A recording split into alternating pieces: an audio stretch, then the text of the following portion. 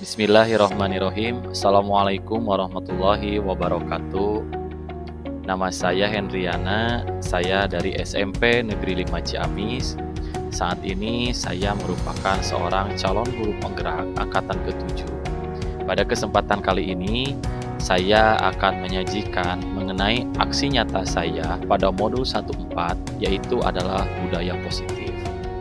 Saat ini saya difasilitatori oleh Ibu Dr. Randa Siti Aisyah MPD dengan pengajar praktis saya yaitu Bapak Yayan Nurzaman SPD.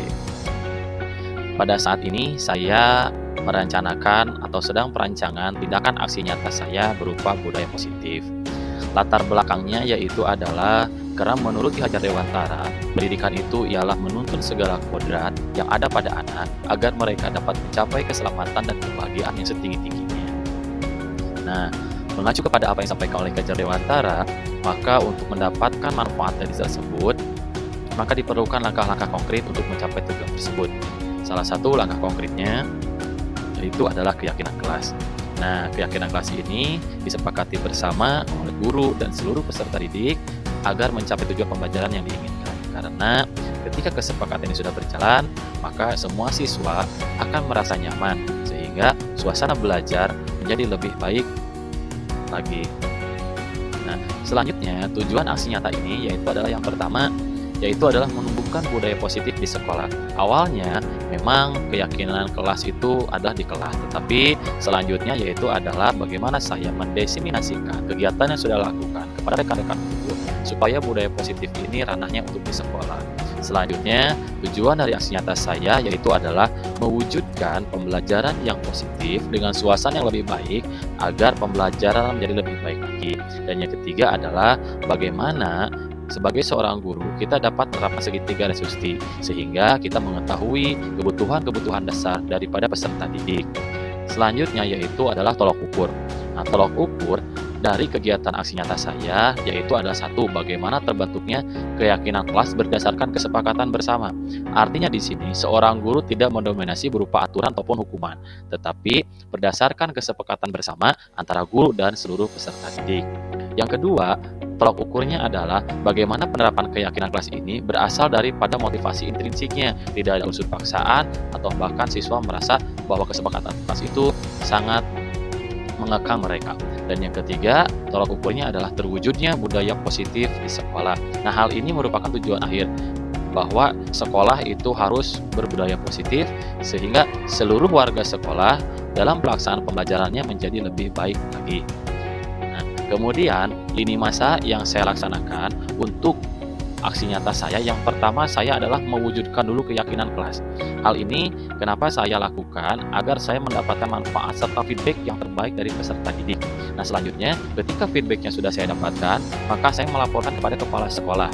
Untuk apa? Agar tindakan yang sudah saya lakukan di kelas saya bisa berdampak ke seluruh kelas yang ada di SMP Negeri 5 Ciamis.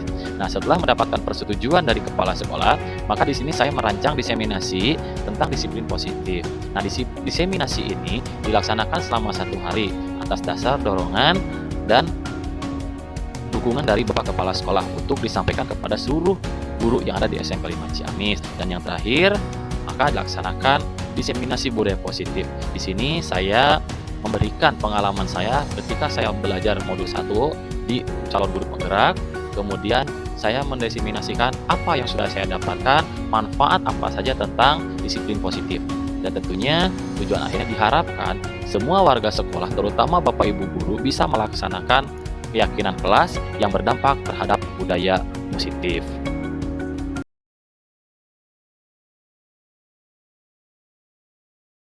Assalamualaikum warahmatullahi wabarakatuh. Waalaikumsalam warahmatullahi wabarakatuh. Gimana kabarnya? Sehat? Sehat. Oke. Ya, alhamdulillah sekarang kita sudah bertemu kembali di awal tahun pembelajaran. Ya.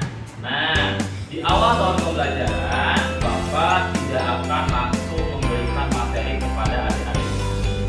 Tetapi supaya pembelajaran di tahun ini lebih baik, ya, tentu di sini kita harus membuat dulu kesepakatan dan keyakinan.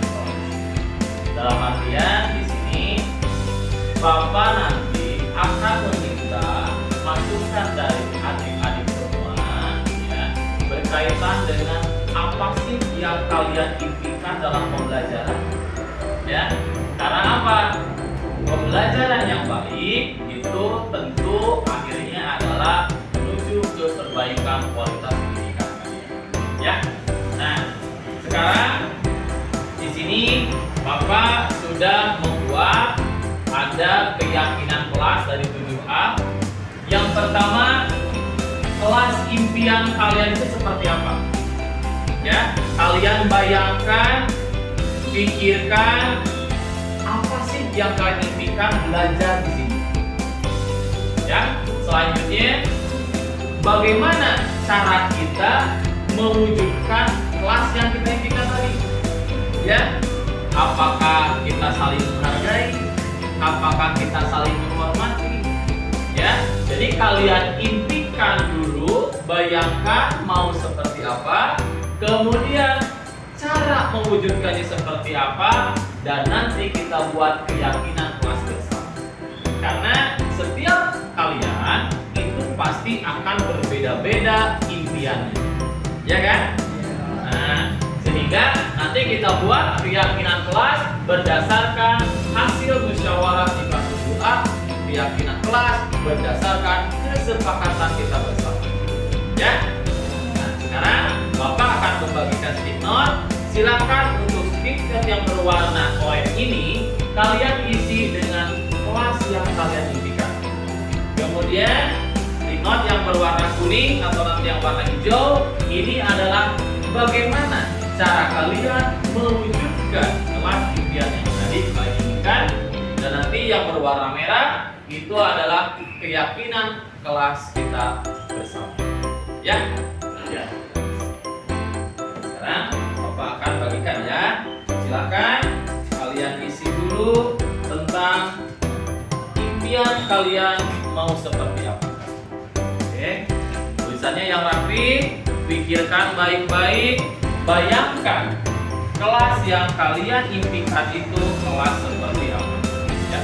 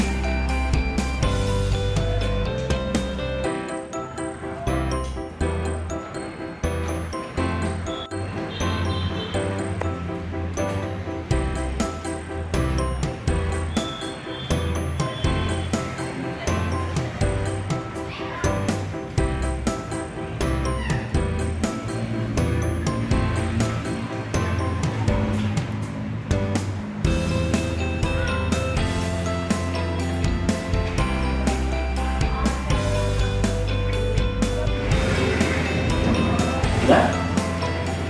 Silakan tulis di sini kelas impian yang kamu inginkan, kemudian bagaimana cara mewujudkan. Ya, terima kasih ya. Yang lainnya, siapa yang sudah? Yuk ke depan, kita tempelkan bersama-sama ya.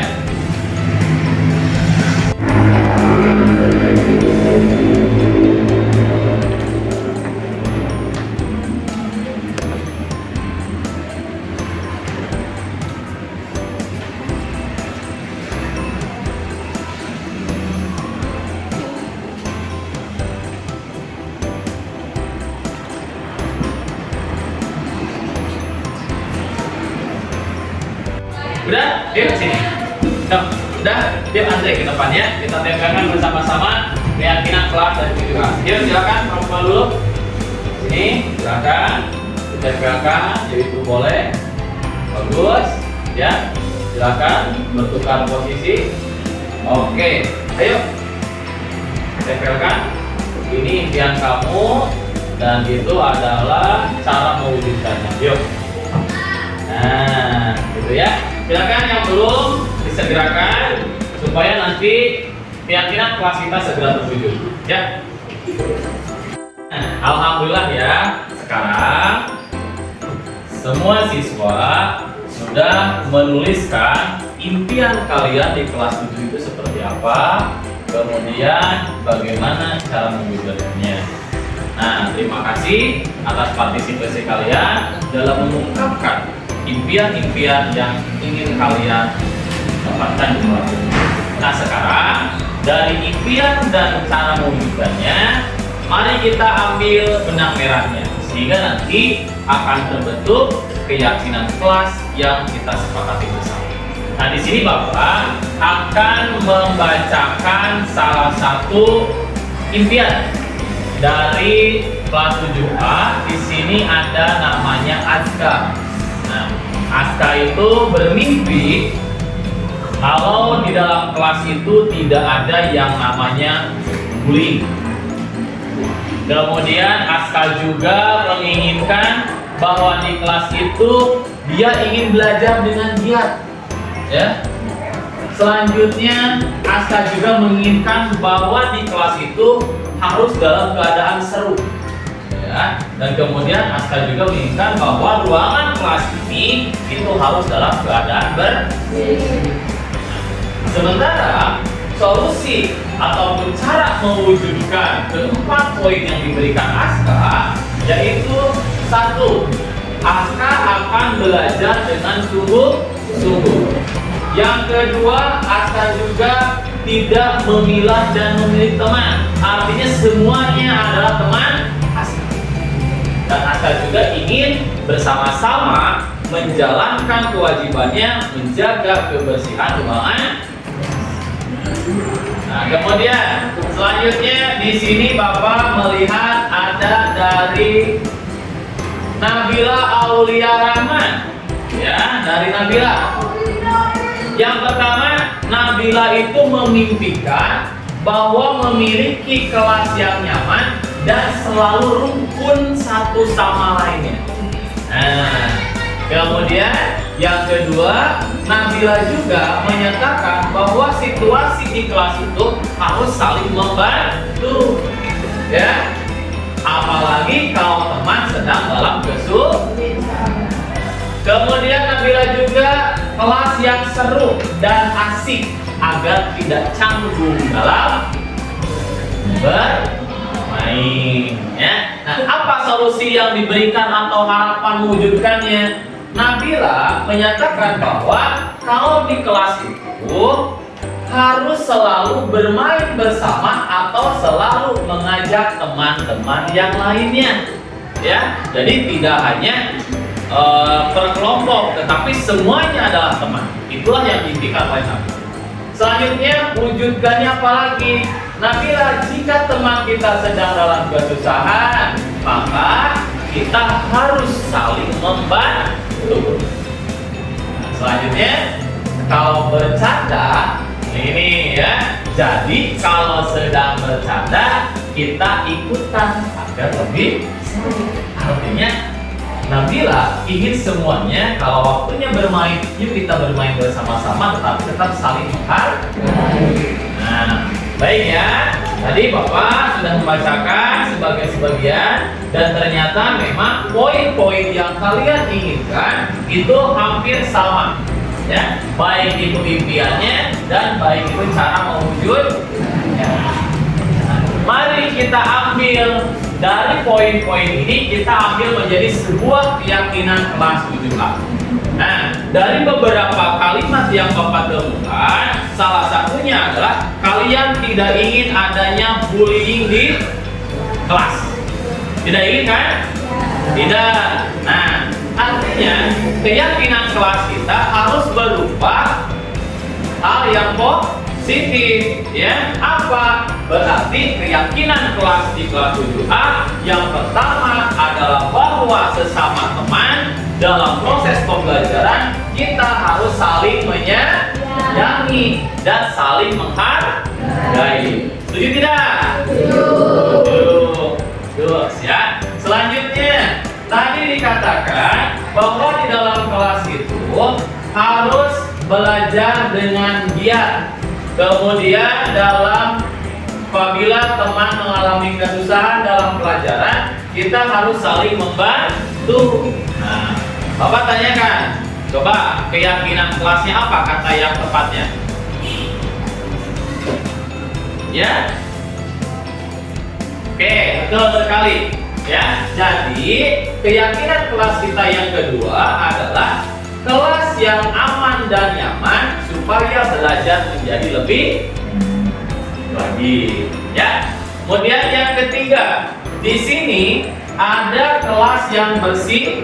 Solusinya adalah kita bersama-sama menjaga kebersihan. Berarti kita harus sepakat bahwa semua siswa harus saling menjaga kebersihannya masing-masing. Ya, alhamdulillah ya. Sekarang dari semua impian-impian dan cara mewujudkannya sudah terbentuk keyakinan kelas 7A yang sudah kita sepakati bersama. Ya, yuk kita baca bersama-sama agar lebih memperkuat keyakinan kelas kita. Yuk silakan. Keyakinan kelas 7A. Keyakinan kelas 7A. 1. Saling menyayangi dan menghargai antar teman. Saling menyayangi dan menghargai antar teman. Yang kedua, kelas yang aman dan nyaman. Kelas yang aman dan nyaman. 3. Hadir ke sekolah tepat waktu. Hadir ke sekolah tepat waktu. 4. Menjaga kebersihan bersama-sama. Menjaga kebersihan bersama-sama. 5. Mengerjakan dan mengumpulkan tugas tepat waktu. Mengerjakan dan mengumpulkan tugas tepat waktu. Ya, silakan duduk kembali. Nah, kalian sudah memiliki keyakinan kelas. Mudah-mudahan apa yang menjadi keyakinan kelas kalian ini dapat mewujudkan pembelajaran yang lebih baik lagi. Ya, terima kasih atas waktunya. Untuk pertemuan sekarang dicukupkan sekian. Mulai minggu depan berarti kita sudah mulai masuk ke pembelajaran. Terima kasih. Assalamualaikum warahmatullahi wabarakatuh. Waalaikumsalam warahmatullahi wabarakatuh.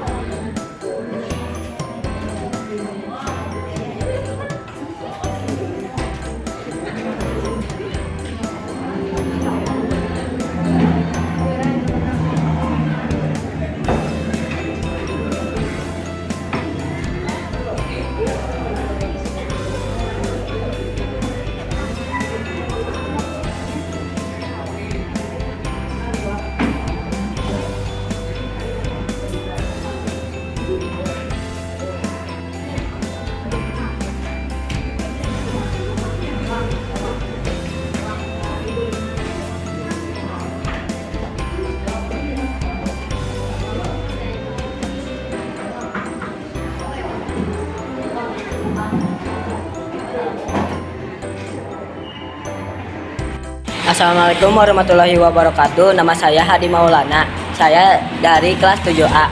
Tentang keyakinan kelas, saya merasa sangat setuju terhadap keyakinan kelas. Dikarenakan saya bisa meningkatkan performa pembelajaran di kelas dan meningkatkan presentasi dalam suatu pembelajaran.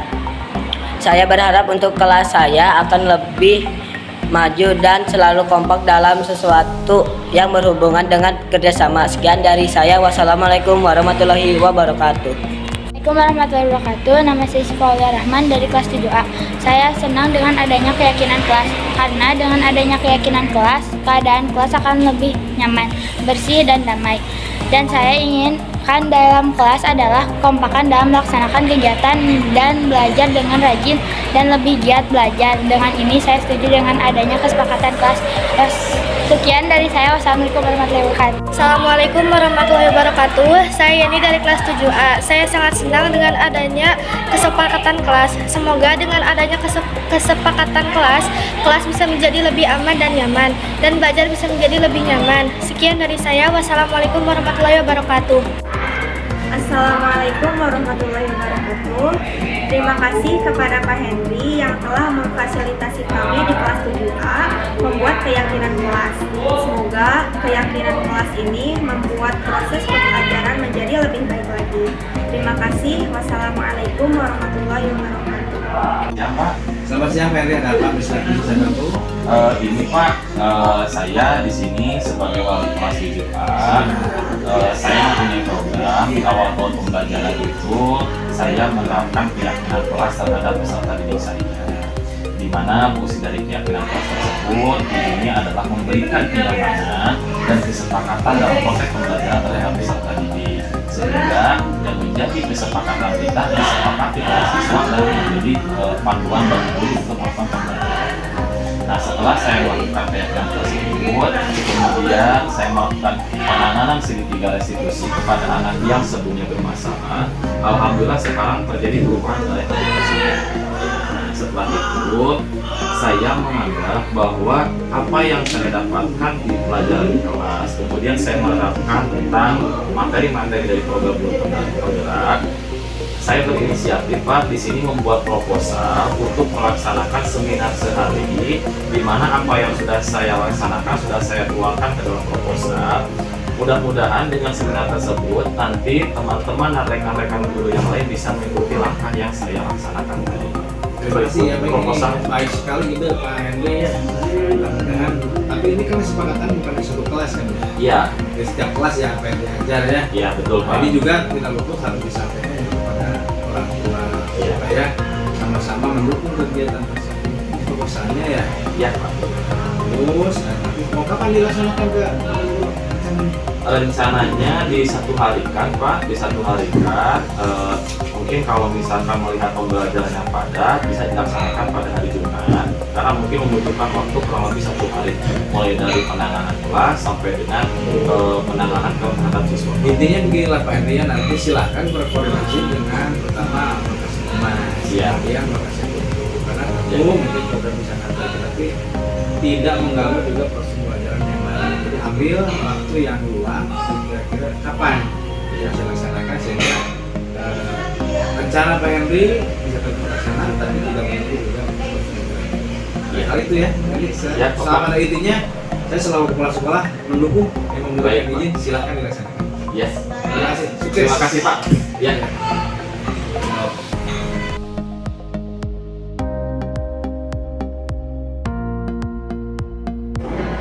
Bismillahirrahmanirrahim. Assalamualaikum warahmatullahi wabarakatuh. Dan saya hormati Bapak Ibu, Bapak Ibu.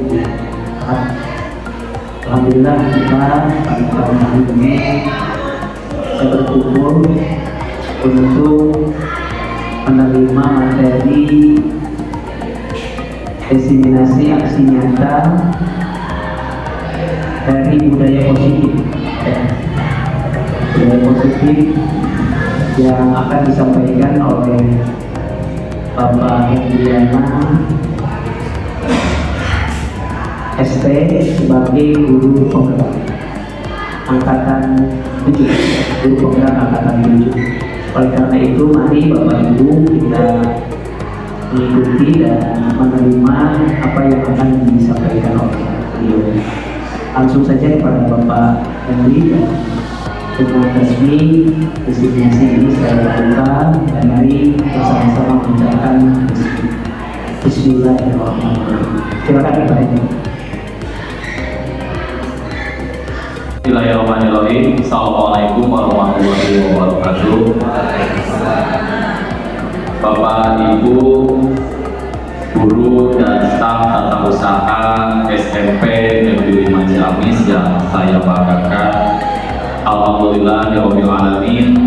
Hari ini kita bisa berkumpul dalam kegiatan aksi nyata saya sebagai calon guru penggerak, di mana di sini saya berkewajiban untuk melaksanakan diseminasi mengenai modul 1.4 yaitu tentang budaya positif. Saya di sini sebagai calon guru penggerak dari angkatan 7 Kabupaten Ciamis. Insya Allah saya sudah melaksanakan pendidikan untuk modul 1, dan di akhir modul 1 saya berkewajiban untuk menyampaikan apa yang sudah saya dapatkan sesuai dengan motto dari guru penggerak, yaitu tergerak, bergerak, dan menggerakkan. Ya. Dalam hal budaya positif, di sini saya memiliki latar belakang bahwa budaya positif ini sangat penting sekali, ya, karena melalui budaya positif ini tentu akan membentuk karakter peserta didik. Dan di sini saya sebagai wali kelas 7A dan juga saya mengajar di kelas 7, pada beberapa hari kebelakang saya sudah membuat yang disebut kelas yang merupakan salah satu bagian dari budaya positif. Tentu apa yang saya dapatkan, pengalaman saya di kelas 7A dirasa sangat penting sekali untuk dikembangkan di seluruh kelas yang ada di SMP Negeri 5 Ciamis. Nah, apa itu budaya positif, Bapak Ibu? Budaya positif di sekolah yaitu adalah nilai-nilai keyakinan dan kebiasaan-kebiasaan di sekolah yang berpihak pada peserta didik agar mereka itu dapat berkembang menjadi pribadi yang kritis, penuh hormat, dan bertanggung jawab. Selanjutnya, tentu ketika kita menjadi seorang guru, pada guru penggerak ini kita selalu diingatkan tentang apa sih tujuan pendidikan Indonesia berdasarkan filosofi Ki Hajar Dewantara. 1. Ki Hajar Dewantara menjelaskan bahwa seorang guru itu adalah ingarso sungtulodo, ya, di mana seorang guru itu harus menjadi pemimpin dan harus memberikan tauladan bagi semuanya. Karena menurut Ki Hajar Dewantara, pendidikan itu adalah menuntun segala kodrat yang dimiliki oleh peserta didik agar kita bisa mengembangkan mereka sesuai dengan perkembangan zaman dan mereka mendapatkan kebahagiaan yang setinggi-tingginya. Yang kedua adalah imanyo mangkaso, yaitu adalah seseorang di tengah kesibukannya kita juga harus membangkitkan dan menggugah semangat. Dan yang ketiga adalah tutpuri handayani, di mana seorang guru itu harus memberikan dorongan moral dan semangat kerja dari belakang. Nah ini ya, yang menjadi dasar pendidikan yang menuntun, ya. Jadi kita rubah mindset kita. Kalau kita menuntut itu sekarang bukan lagi, karena menurut filosofi Ki Hajar Dewantara kita adalah menuntut segala kodrat yang ada pada anak-anak agar mereka dapat mencapai keselamatan dan kebahagiaan yang setinggi-tingginya, baik sebagai manusia maupun sebagai anggota masyarakat. Pemikiran Ki Hajar Dewantara yaitu adalah pendidikan yang menuntut pendidikan yang memerdekakan terhadap siswa dan pendidikan yang sesuai dengan kodrat alam dan kodrat zaman dari peserta didik. Nah, di sini ada perubahan paradigma. Ya, ini disebut dengan teori kepala tangan. Ya, ada A dan B, Anda dan teman Anda. Coba kita bayangkan, atau mungkin kita bisa sobeklah secari kertas, ya. Kemudian tuliskan benda atau yang sangat berharga dalam kertas tersebut. Kemudian letakkan di satu tangan Anda dan genggam benda tersebut dengan segala daya upaya Anda. Dan buatlah menjadi sebuah kepala. Nah, kemudian kita perintahkan salah satu teman kita untuk mencoba juga dengan sekuat tenaga dan berbagai cara agar orang tersebut mau memberikan apa yang ada di dalam kepala tangan. Ya, baik itu dengan cara membujuk, mengancam, menghardik, merayu, menyuap, apa saja silakan lakukan agar teman Anda mau membuka kepala tangan Anda. Coba bayangkan seperti itu. Ada teman kita dengan bujukan, dengan menghardik, bahkan dengan mengancam agar dibuka kepala tangan tersebut, apa yang akan terjadi? Nah, disinilah yang sering disebut dengan perubahan paradigma teori kontrol. Jadi, menurut Dr. William Glasser dalam kontrol teori, bahwa ilusinya guru itu mengontrol murid. Ilusi bahwa kritik dan membuat orang merasa bersalah dapat menguatkan karakter. Yang ketiga, ilusi bahwa semua perbuatan positif, efektif, dan bermanfaat. Dan yang keempat, ilusi bahwa orang dewasa itu memiliki hak untuk memaksa. Itu adalah teori ilusi kontrol oleh Dr. William Glasser yang mungkin selama ini masih kita laksanakan ketika kita melakukan pembelajaran di kelas. Namun ternyata siapa sih yang memiliki kontrol tersebut? Apakah kita sebagai guru ataukah anak-anak yang menggenggam kertas tadi? Di sini kita bagi dua, ada yang disebut dengan stimulus respon dan teori kontrol ataupun pilihan. Stimulus kontrol, kita mencoba mengubah agar berpandangan, agar mengubah orang ataupun peserta didik itu agar berpandangan sama dengan kita. Ya, jadi kita selalu menghadapkan anak bahwa anak tersebut harus sesuai dengan apa yang kita pikirkan. Tetapi kalau teori kontrol atau teori pilihan, kita hanya berusaha memahami pandangan orang lain tentang gurunya. Yang kedua, bahwa stimulus kontrol, stimulus respon menunjukkan bahwa perilaku guru itu dilihat sebagai suatu kesalahan. Padahal kalau teori kontrol menjelaskan bahwa semua perilaku itu memiliki tujuan. Perilaku anak A pasti tujuannya seperti apa, perilaku B tujuannya seperti apa. Kemudian kalau teori yang stimulus, orang lain bisa mengontrol saya. Padahal kalau teori kontrol, hanya diri kita sendiri yang mampu mengontrol diri kita sendiri. Ya, dan kita nggak bisa mengontrol orang lain, karena yang hanya bisa mengontrol orang lain itu adalah mereka sendiri. Kita tidak diberikan hak untuk mengontrol orang lain. Ya, pemaksaan ada pada saat dudukan gagal dan kolaborasi dan konsensus menciptakan pilihan-pilihan baru.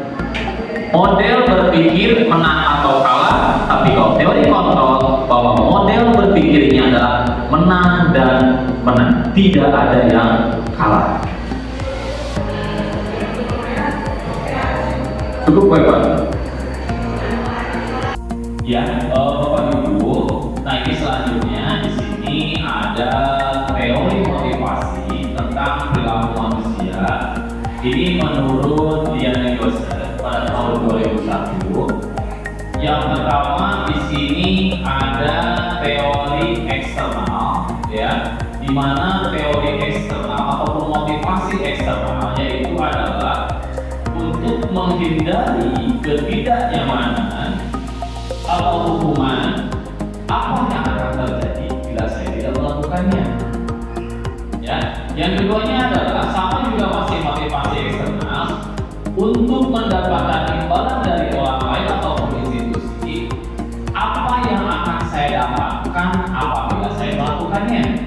Ya, tetapi kalau misalkan ada seseorang yang melakukan motivasinya dari dalam dirinya ataupun dengan teori internal, maka dia akan menghargai dirinya sendiri, ya, menjadi orang yang mereka inginkan dengan nilai-nilai yang mereka percayai. Saya akan menjadi orang yang seperti apa bila saya melakukan. Jadi tidak lagi dengan hukuman, tidak lagi dengan imbalan, tapi apa yang akan terjadi pada saya bila saya melakukan kegiatan tersebut. Kemudian di sini disiplin positif, maka nanti muaranya adalah budaya positif. Kiai Dewantara menyatakan bahwa untuk mencapai kemerdekaan dalam konteks pendidikan dan untuk menciptakan murid yang merdeka, maka syarat utamanya adalah Bapak Ibu, yaitu adalah memiliki disiplin yang kuat. Disiplin yang dimaksud di sini yaitu adalah disiplin diri, di mana peserta didik melakukan berbagai macam kegiatan berdasarkan motivasi internal yang di awal tadi sudah saya bahas. Tidak lagi menginginkan imbalan, tidak lagi adanya hukuman, tetapi apa yang akan terjadi pada saya bila saya melakukan perbuatan tersebut. Nah, di sini tentu ketika seseorang melakukan perubahan ataupun adanya perubahan itu semata-mata untuk mencukupi kebutuhan dasar manusia. Nah, Bapak Ibu, menurut Dr. William Glasser yang saya pelajari pada pendidikan guru penggerak, bahwa kebutuhan dasar manusia itu terdiri dari 4. Yang pertama adalah kebutuhan kasih sayang dan rasa diterima. Bagaimana ketika menjadi anggota masyarakat, ketika berada di kelas, mereka mengharapkan kasih sayang dan diterima oleh kita. Yang kedua adalah penguasaan. Karena di sini sebagai manusia kita ingin menguasai, ya, sehingga kebutuhan dasar ini menjadi sangat penting. Yang kedua adalah freedom. Yang ketiga adalah freedom. Freedom yaitu adalah kebebasan. Dalam artian di sini manusia menginginkan adanya kebebasan. Dan yang keempat, kebutuhan dasar manusia yaitu adalah senang. Dalam hal kesenangan di sini tentu di sini kita mempunyai apa yang membuat diri kita menjadi senang. Dan yang keempat tadi dirangkumlah menjadi kebutuhan dasar manusia menurut Dr. William Glasser. Nah, di sini disambung dari Resolution yang menyebutkan the five position of control melalui yayasan pendidikan luhur. Di sini kita bisa membedakan mana yang disebut dengan hukuman dan mana yang disebut dengan konsekuensi. Hukuman, hukuman itu adalah sesuatu yang menyakitkan dan harus terjadi. Ya, jadi ketika seorang melakukan kesalahan, ya, maka harus ada hukuman yang menyakitkan dan harus terjadi. Tetapi kalau konsekuensi di sini hanya harus terjadi saja tanpa kita harus menyakiti. Yang kedua tentang hukuman. Hukuman itu membuat seorang anak merasa sakit, baik itu fisiknya maupun hatinya, dan itu Bapak Ibu dalam jangka waktu lama. Jadi bila mana kita menerapkan hukuman terhadap anak, baik itu fisik maupun hukuman terhadap hati mereka, kita harus sadar bahwa yang kita lakukan itu adalah akan berefek dalam jangka waktu yang lama. Tetapi kalau konsekuensi itu anak hanya merasa tidak nyaman, ya, dan itu pun dalam jangka waktu yang pendek. Ya. Yang ketiga, anak ketika diberikan hukuman, maka anak tersebut pasti akan membenci yang namanya kedisiplinan. Ya, tetapi kalau kita menerapkan konsekuensi, maka anak akan menghargai yang disebut dengan disiplin. Dan hukuman itu bersifat paksa. Anda harus ini, harus itu, harus ini, harus itu. Dan kita memaksa terhadap anak. Tapi kalau kita menggunakan konsekuensi, itu adalah stimulus dari kita dan tanggapan dari peserta didik. Ya, dan hukuman itu akan mendorong anak untuk menyakiti dirinya sendiri. Ya, tetapi kalau konsekuensi, nanti anak akan menyesuaikan diri. Dia sudah melaksanakan kesalahan, dia tahu kesalahannya apa, konsekuensinya seperti apa, maka nanti anak akan menyesuaikan diri, Bapak Ibu, dengan keadaan-keadaan tersebut. Ya, dan nanti ketika menerapkan hukuman, anak akan marah, anak akan merasa bersalah, dipermalukan dan merasa tidak dihargai karena dari kesalahan yang mereka lakukan. Tetapi bila mana kita menerapkan konsekuensi, anak hanya kehilangan haknya saja, dibuat tidak nyaman dan diasingkan untuk sementara ataupun hari awal. Maka dari berbagai macam kegiatan yang sudah kita laksanakan, solusinya yang terbaik adalah restitusi. Pernah dengar Bapak Ibu restitusi?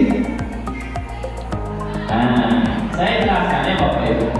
Restitusi adalah proses menciptakan kondisi bagi murid untuk memperbaiki kesalahan mereka. Ya, memperbaiki kesalahan mereka sehingga mereka bisa kembali kepada kelompok mereka dengan karakter yang lebih kuat ketika mereka sudah bisa memperbaiki kesalahan mereka. Restitusi juga merupakan proses kolaborasi, Bapak Ibu. Di sini kolaborasi yang mengajarkan seorang murid untuk mencari solusi atas masalah mereka sendiri. Jadi anak dengan kita berkolaborasi, tanyakan kepada anak apa solusi terhadap kesalahan yang sudah mereka buat. Yang terakhir, bahwa restitusi itu dapat membantu murid berpikir tentang orang seperti apa yang ingin menjadi tujuan mulia mereka. Kita tanya ke depannya, Anda mau seperti apa? Dan bagaimana Anda melakukan orang lain? Nah, sini ya. Kita lihat perbedaannya. Dari jenis hukuman, tadi saya misalkan seperti ini. Hukuman itu adalah sesuatu yang menyakitkan dan harus terjadi. Tapi kalau konsekuensi, itu hanya sesuatu yang harus terjadi tanpa harus menyakiti. Kalau restitusi itu pilihan, ya, itu merupakan pilihan. Nah, kalau hukuman, kita lihat ya Bapak Ibu yang poin ini. Hukuman itu akan membuat anak menjadi tidak nyaman dalam jangka waktu yang panjang. Konsekuensi, anak tidak nyaman untuk jangka waktu pendek. Tapi kalau restitusi itu menguatkan anak dalam jangka waktu yang panjang.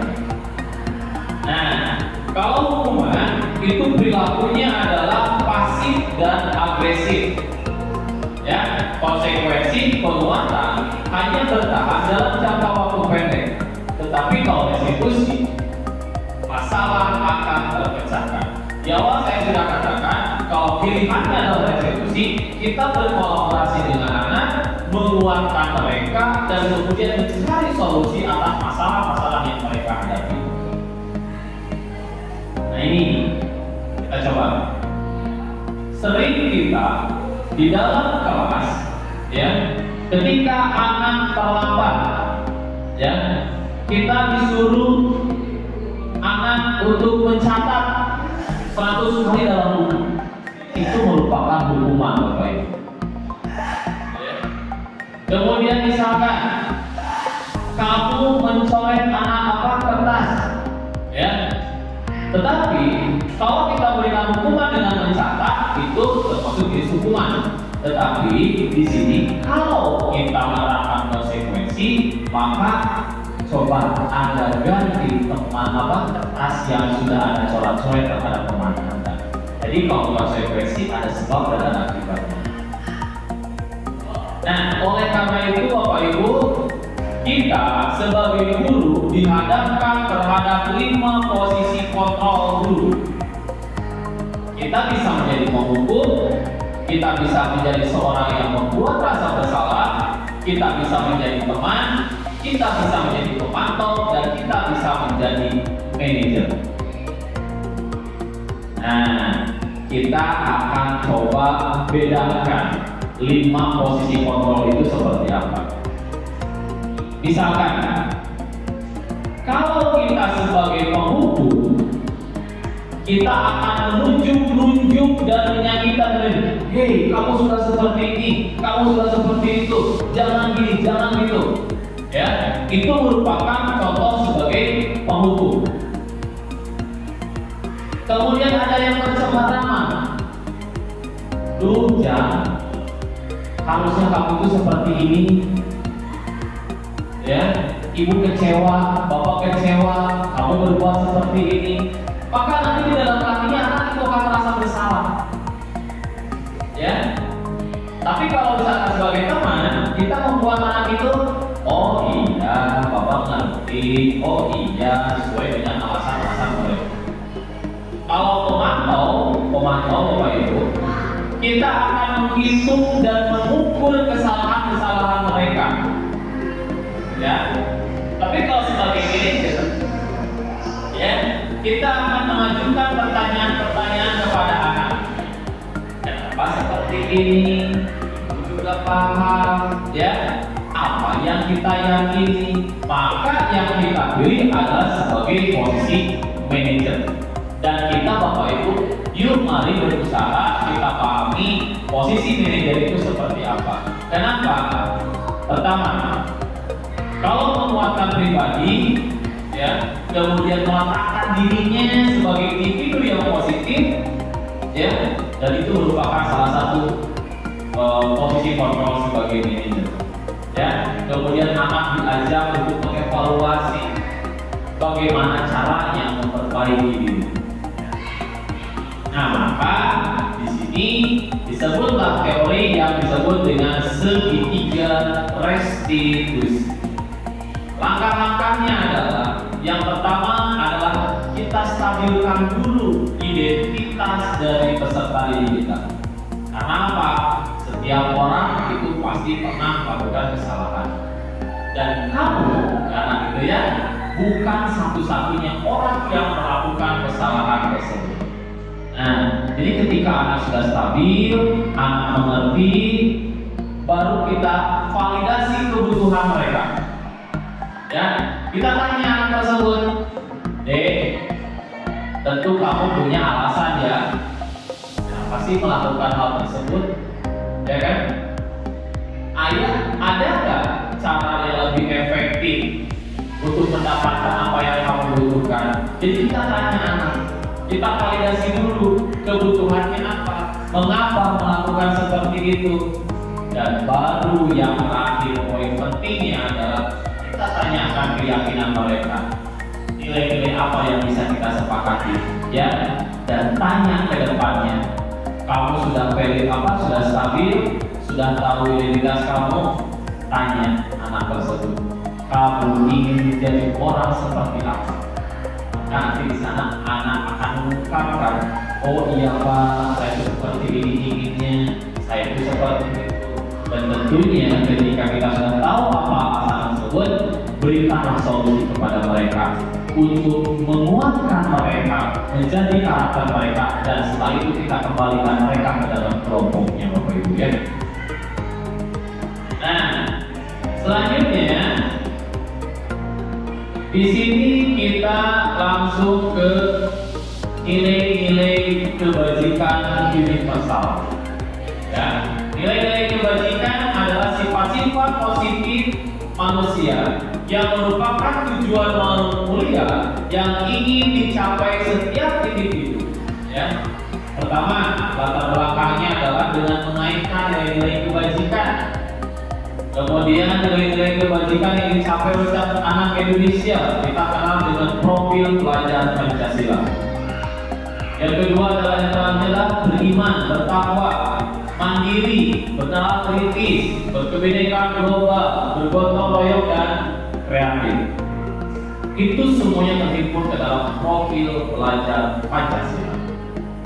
Nah, kita lihat di sini teori kontrol dari William Glasser, disiplin positif, kebutuhan dasar manusia, posisi kontrol manajer, dengan segitiga restitusi itu semuanya bermuara pada satu hal. Apa itu? Yaitu adalah keyakinan kelas. Apa sih keyakinan kelas? Keyakinan kelas adalah nilai-nilai kebajikan atau prinsip-prinsip universal yang disepakati bersama. Lepas dari latar belakang, suku, bangsa, bahasa maupun agama. Nah, ini juga sama menurut dosen bahwa suatu keyakinan akan lebih memotivasi seseorang dari dalam intrinsiknya. Seseorang akan lebih bersemangat untuk menjalankan keyakinannya daripada hanya sekadar mengikuti serangkaian peraturan. Mengapa tidak peraturan saja? Ya kan? Mengapa harus keyakinan kelas? Nah, kita di sini harus pahami dulu. Kenapa bukan peraturan? Mengapa kita memiliki peraturan harus menggunakan helm bila mengendarai kendaraan roda 2? Mengapa kita memiliki peraturan 3M menggunakan masker, mencuci tangan dan jaga jarak? Mengapa kita memiliki peraturan harus datang tepat waktu pada saat aktivitas di sana? Untuk mendukung motivasi intrinsik tersebut, kita kembali ke nilai-nilai keyakinan-keyakinan untuk lebih menggerakkan seseorang dibandingkan mengikuti serangkaian peraturan-peraturan. Maka, di sini ada langkah-langkah ketika kita Bapak Ibu guru menyusun keyakinan kelas. Yang pertama, kita orientasi dulu kepada siswa tentang apa pentingnya kesepakatan kelas. Selanjutnya nanti guru-guru, ya, saya juga kemarin sudah memimpin diskusi dengan menampung ide, gagasan maupun masukan murid terkait nilai-nilai kebajikan yang ingin ditanamkan. Ketiga, murid menuliskan keyakinan kelas yang diinginkan pada kertas plenum. Jadi Bapak Ibu nanti siapkan sebuah kertas plenum, kemudian sticky note, berikan anak kesempatan untuk menuliskan keyakinan kelas mereka. Selanjutnya kalau semuanya sudah terkumpul, nanti kita dan murid mengulas dan memilih keyakinan kelas yang penting. Ya, kemudian nanti guru dan murid merancang poster ataupun kesimpulan tentang keyakinan kelas pada kertas karton.